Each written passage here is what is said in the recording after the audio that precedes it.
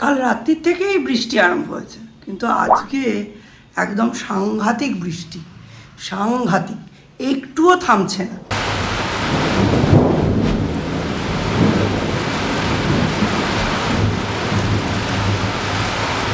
যে একটু বাইরে গিয়ে দুধের প্যাকেটটা অবধি আনবো, মিস্টার বিশ্বাস কিন্তু এর মধ্যেই যাবেন অফিসে।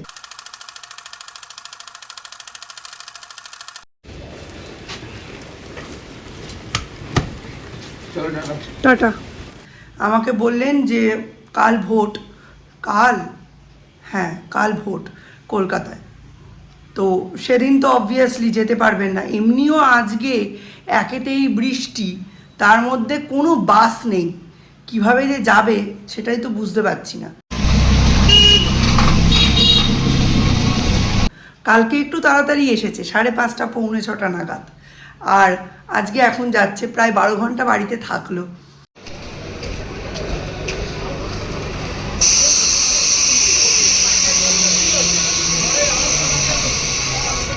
ওর বাড়িতে থাকা মানে ঘুম, প্রচুর ঘুম। হ্যাঁ, তো যাই হোক, এখন যাবে অফিসে। আমি খাবার টাবার রেডি করে দিয়েছি। আজকে দই ভাত আম এগুলো খেয়ে যাচ্ছে।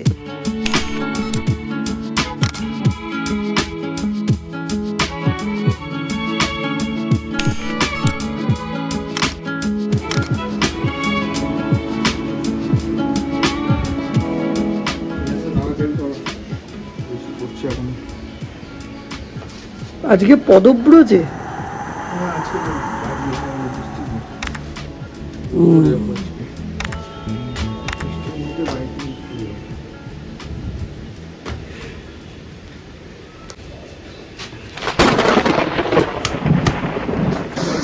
টাটা। আমি দিয়ে দেবো।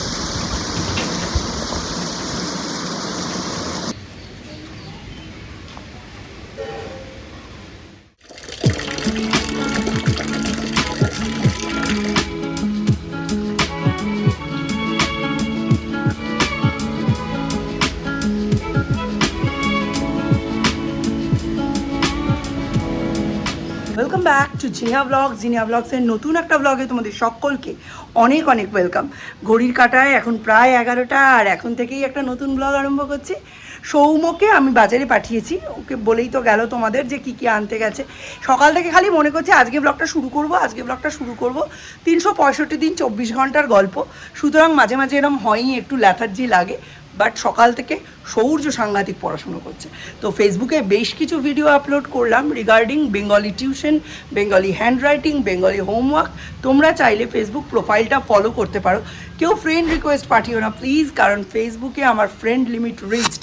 তোমাদের ফলো করতে হবে, আমার প্রত্যেকটা পোস্টই হয় পাবলিক পোস্ট, তোমরা কিন্তু চোখ রাখতেই পারো। তো চলো ব্যাক টু প্যাভিলিয়ন। এখানে টিফিন নিয়ে চলে এসছে, এই যে পাতে তরকারি দেওয়া, এটা হচ্ছে সৌমুর, আর এইখানে দুটো রয়েছে, এই দুটো আমার, আর এই দুটো হচ্ছে সৌর্যের। সৌর্য এখন সব কিছুই খাচ্ছে, আমাদের মতো কোনো অসুবিধা নেই। ওই লেখো স্যান্ডেল নাই, স্যান্ডেল নাই, এরকম করবো, চোখ করবো। একবার বলে দিয়েছি, আর বলবো না তো। আজকে সকাল থেকে এইরকম বৃষ্টি পড়ে যাচ্ছে, একটু মধ্যিখানে রেস্ট দিয়েছিল, তারপর আবার সেই জেকে সেই। তবে একটা দিকে খুব ভালো জানো, সেদিন এই টগর গাছের একটা ডাল ভেঙে গেছে, ওই ঝড়টা হলো না সেই দিন, আমি ছাদে গিয়ে লাগিয়ে দিয়েছি টবে। এই 1 সপ্তাহ শুনছি নাকি টানা এরম বৃষ্টি হবে, তো এই 1 সপ্তাহের মধ্যে ডালটা লেগে যাবে। এখন দীপ যাচ্ছে বাজারে, মিস্টার বিশ্বাস আমার কাছে লুচি সুচি খেতে চেয়েছেন। এই বৃষ্টির মধ্যে আমার বাজারে পাঠাচ্ছে, সবাই যারা বাজার দোকান নিয়ে এসছে তারাও বাজারেই এসছে। পিসি মশাই এই নিয়ে 4 বার গেল। তুমি কোন হনু? এখন আমার যদি শরীর খারাপ হয়ে যায় কি হবে? কিচ্ছু হবে না। বেরোচ্ছি আমি। আদা সুজি। সৌম্য কিছুতেই যাবে না, একদম ইচ্ছে নেই। এই ওয়েদারে কার বা ইচ্ছে হয়। যাই হোক, আজকে আদা না আনলে হবে না। মাছের ডিমের বড়ার ঝোল করব আর ভাত করব। এটা হচ্ছে মুড়ি ঘন্ট, আর এইটা হচ্ছে কচু দিয়ে শোল মাছ। বাজার থেকে গেল একবার টাকা তুলে, তারপরে একটা ওভার আছে, তারপরে একটা বাগাচ্ছি বিয়া তারপরে একটা কিচ্ছু বানাচ্ছে। রুহি আর সৌর্য ওই বাড়িতে খেলছে, আর সৌম্য সেই যে গেছে বাজারে, এখনো তার আতা পাতা নেই। দেখতে বেরোলাম, ওই যে আসছে। ভিজে গদগদে পাউরুটি হয়ে গেছিস তো। লাইন ছিল বড় দেখ সবাই তুই বলছিস, বাহ। আরেকজন এলো, বললো 3টে আছে, মিষ্টি রস দিয়ে দিয়ে দাও। মানে তরকারিও নেই, তরকারি শেষ। দরজা দিলি না তো। আর আদা পেয়েছিস? আর ওই কিশমিশ আর সুজি, মানে এইটাকে নিয়েই স্ট্রাগল। এটা বোঝাই গেছে।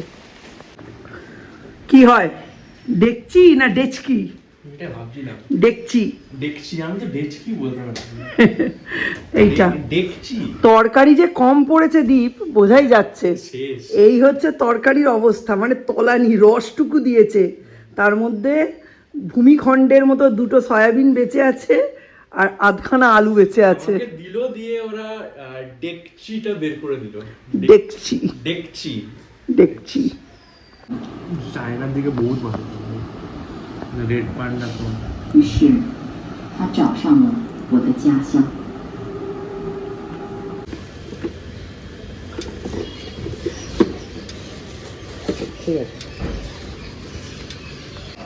মিশো থেকে কয়েকটা স্টোরেজ কন্টেনার অর্ডার দিয়েছিলাম, বড় সাইজ এসেছে, ছোট সাইজ কিন্তু রেখে দিতাম, মানে রাখার মতো সাইজ এসেছিলো, খুব না ছোট না বড়। কিন্তু লিডগুলোর যে চারপাশে যেটা দেওয়া থাকে রাবারের মতো, ওইটা এত হালকা, ওর মধ্যে যখন আমি নর্মাল ধরছি গ্রিপটা খুলছে না। কিন্তু মনে করো একটা কৌটোর মধ্যে মুসুর ডাল রাখলাম, রেখে লিডটা ধরে যেই তুলতে যাচ্ছি খুলে যাচ্ছে। তো ওটা একটা চেক করে দেখেছি, দেখে রিটার্ন দিলাম। এরপরে একটা নতুন অর্ডার করব, ব্যাংকেটে ডেলিভারি হয়ে যাবে, টাকাটা তো ওরা রিফান্ড করে দেবে। হ্যাঁ, এবারে তারপরে আমি একটা নতুন অর্ডার দেবো। কালকে এই অর্ডারটা সৌম্য নিয়েছে, দুপুরে আমি ঘুমোচ্ছিলাম তখনও নিয়েছে, আর আজকেই এটা পিক আপ করিয়ে দিলাম।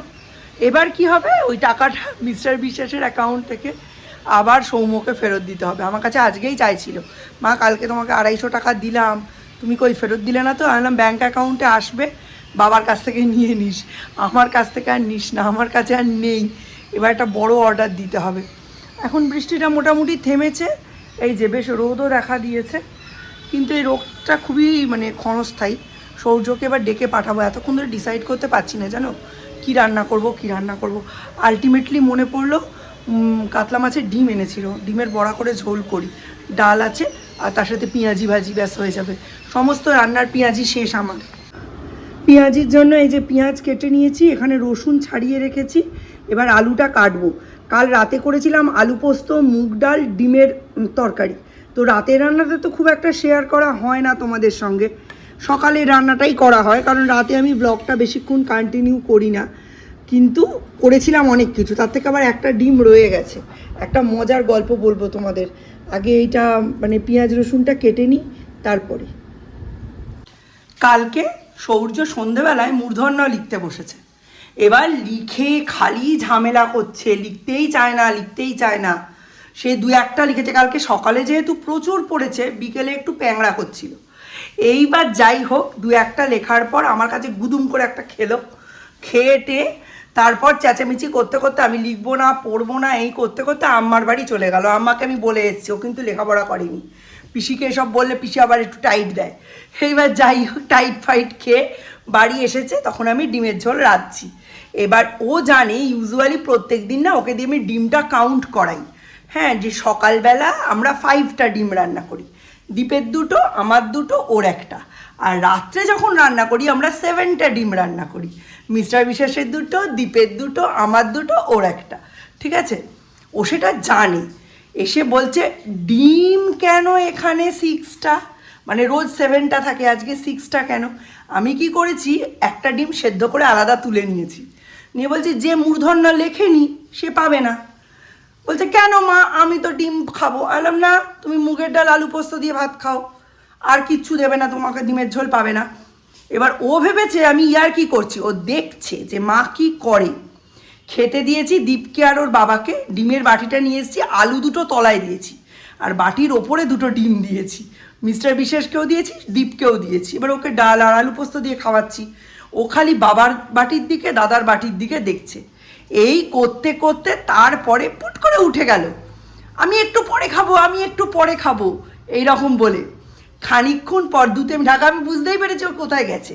খানিকক্ষণ পর ঢাকা দিয়ে রেখেছি, দেখি এক পাতা মূর্ধন্য লিখে এসে বলছে আমার ডিমটা দাও। তখন ডিমটা দিলাম। এই হচ্ছে কাহিনী। গেমের ভিডিও দেখাচ্ছ? দেখাও, দিদিকে শিখিয়ে দাও গেমটা।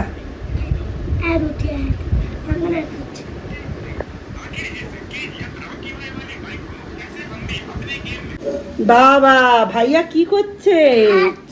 ভাইয়া খাইয়ে দিচ্ছে দিদিকে, দিদি ভাইয়াকে খাইয়ে দিচ্ছে, ভাইয়া দিদিকে খাইয়ে দিচ্ছে। বাবা, ভাইয়া তো নিজেই খেয়ে ফেললো। এ কি বাবা, কি সুন্দর, কি সুন্দর।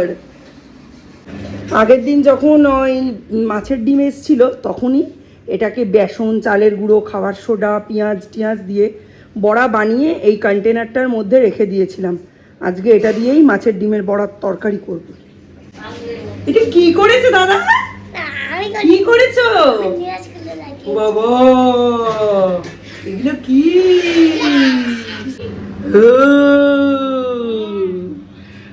বাবা রে, জম্বি। আপাতত ডিমের বড়ার ঝোল সমাপ্ত। আর এখানে পেঁয়াজগুলোতে নুন মাখিয়ে রেখে দিয়েছি। বাড়িতে এসেছে রুহি আর তার সাথে সৌর্য খেলা করছে। বাচ্চারা খেলা করলে যা হয়, 1000 বার আমাকে আম্পায়ারগিরি করতে হচ্ছে। এতক্ষণ ওদের বাড়িতে খেলা চলছিল, তখন আম্পায়ারগিরি করেছে কাকিমা আর রুহির মা বনানী। আর এখন আমি আম্পায়ারগিরি করছি দুজনের মধ্যে। দুজনে এই মিল তো এই ঝগড়া, এই একে অপরকে খাইয়ে দিচ্ছে চিপস। কি অন্য সময় দেখছি চিপসের বাটি রুহি সৌর্যের মাথায় দিয়ে দিয়েছে। আবার সৌর্য হচ্ছে চরম হিংসুটে। সৌর্য খালি রুহির কাছ থেকে বইপত্র সব স্ন্যাচ করে নিচ্ছে। তখন বুঝিয়ে বাজিয়ে আম্পায়ারগিরি করে সব কিছু চালাতে হচ্ছে। তো আজকের এই বৃষ্টিগুলোতে হয়তো আমাদের অসুবিধা হচ্ছে, কিন্তু নতাপের দিনগুলো কিন্তু খুব ভালো কাটছে। একেতে তো রুমেল এসে 2 দিন মাইনাস করে দিল, শুনছি নাকি 1 সপ্তাহ বৃষ্টি হবে। সুতরাং লোকনাথ বাবার তিরোধান দিবস অবধি, মোটামুটি 2রা জুন অবধি যদি এইরকম বৃষ্টি চলে, সত্যি আমরা বেঁচে যাব। এই যে পেপার, দিদিকে একটা পেপার দাও। সবারটা এক সেম সাইজ।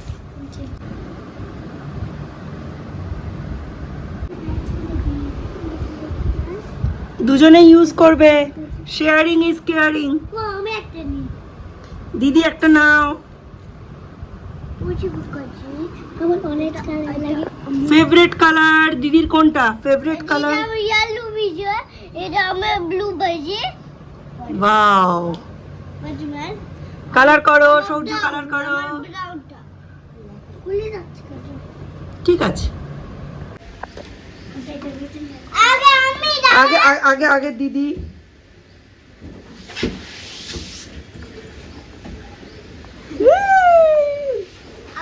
উঠে পড়ো রুহি, উঠে পড়ো।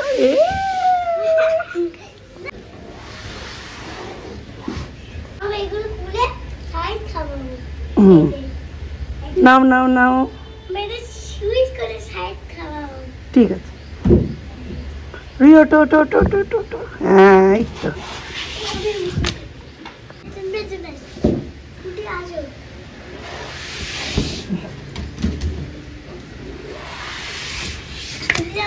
রান্না বান্না পুরোটাই কমপ্লিট। এখন এরা দুজন মিলে খেলতে খেলতে, এদের তো এনার্জির লস নেই, এরা তো উঠছে, স্লাইডে নামছে, মজা করছে। এই যে এসে গেছেন, হ্যাঁ এইসব করছেন। আর আমি মধ্যিখান থেকে বেদম হয়ে যাচ্ছি। ওই কারণে অ্যাক্সিডেন্ট হয়ে গেছে, ভাইয়ের অ্যাক্সিডেন্ট হয়ে গেছে। দীপ, মেনুগুলো কেমন হয়েছে? পিসিরটাও ভালো হয়েছে না? হ্যাঁ আমি টেস্ট করলাম, খুব ভালো হেভি হয় এটা, খেতে খুব ভালো হয়। ভালো হয়েছে। মানে পিসি যেটা করে আর কি, মাছের ভালো হয়েছে। মাথা দিয়ে গোবিন্দভোগ দিয়ে এমনি খাওয়া যায়। এটাকে আমি অনেকটা আমার লাগে ফিশ বিরিয়ানির মতো, যাই হোক ভালো খেতে, খুবই ভালো। ভালো খেতে হয়। দীপকে খেতে খেতে দেওয়া কমপ্লিট। এখন আমি করব স্নান। স্নান করে আমি আর সৌর্য একই পাতে বসে পড়বো। সৌর্যকেও খাইয়ে দেবো, আমিও খেয়ে নেবো। এটাই হচ্ছে যে সেম মেনুতে এনেছি না সৌর্যকে, সেম স্পাইস, সেম চিলি, সব কিছু সেম দেওয়া হয়। এটাই হচ্ছে বেনিফিট। এইটাই এখন থেকে শুরু করলাম, একটু হুঁশিয়ে হাসিয়ে খায় কিন্তু খায় পুরোটা। এইটা হচ্ছে সব থেকে ভালো ব্যাপার, যে আলাদা করে বাচ্চার জন্য কিছু রান্না করা হবে না। আগে তো একদমই করা হতো না, এখনই মানে একটা ট্রেন্ড উঠেছে বাচ্চাদের, এই দেওয়া যাবে না, ওই দেওয়া যাবে না, এটা চলবে না, ওটা চলবে না। এতে কি হয়, বাচ্চাদের ট্র্যাকে আনতে না অনেক দেরি হয়। আগে কিন্তু 6 মাস বয়সের পর থেকেই বাচ্চাদের নিজেদের মতো যেমন খিচুড়ি হেন তেন এসব তো দেওয়াই হতো, প্লাস তারপরে মুখ চলতি কিছু না কিছু বাবা মা ঠাকুমা দাদু কাকা জ্যাঠা এদের মুখ থেকে একটু আধটু খেতে থাকতো। খেতে খেতে তাদের মুখটা তৈরি হয়ে যেত। এখন যেহেতু যৌথ ফ্যামিলিগুলো ভেঙে গেছে, সেহেতু মাদের হাতেও সময় বেশি, মারা বাচ্চাদের জন্য আলাদা রান্নাও করে, আর বাচ্চারাও অনেক বেশি আগের বাচ্চাদের তুলনায় প্যাম্পার্ড। সেই কারণে সব কিছুরই একটা সাইড এফেক্টও আছে, একটা গুড এফেক্টও আছে। তো এটাই সৌর্যকে এই যে আমি লাস্ট 1.5 মাস আমাদের খাবারে এনেছি, ওর কোনো সমস্যা হয়নি। তার মানে ওই রেডি ছিল, আমরা রেডি ছিলাম না। চপ্পল পরে চলে যাচ্ছিস পড়তে? কি অবস্থা!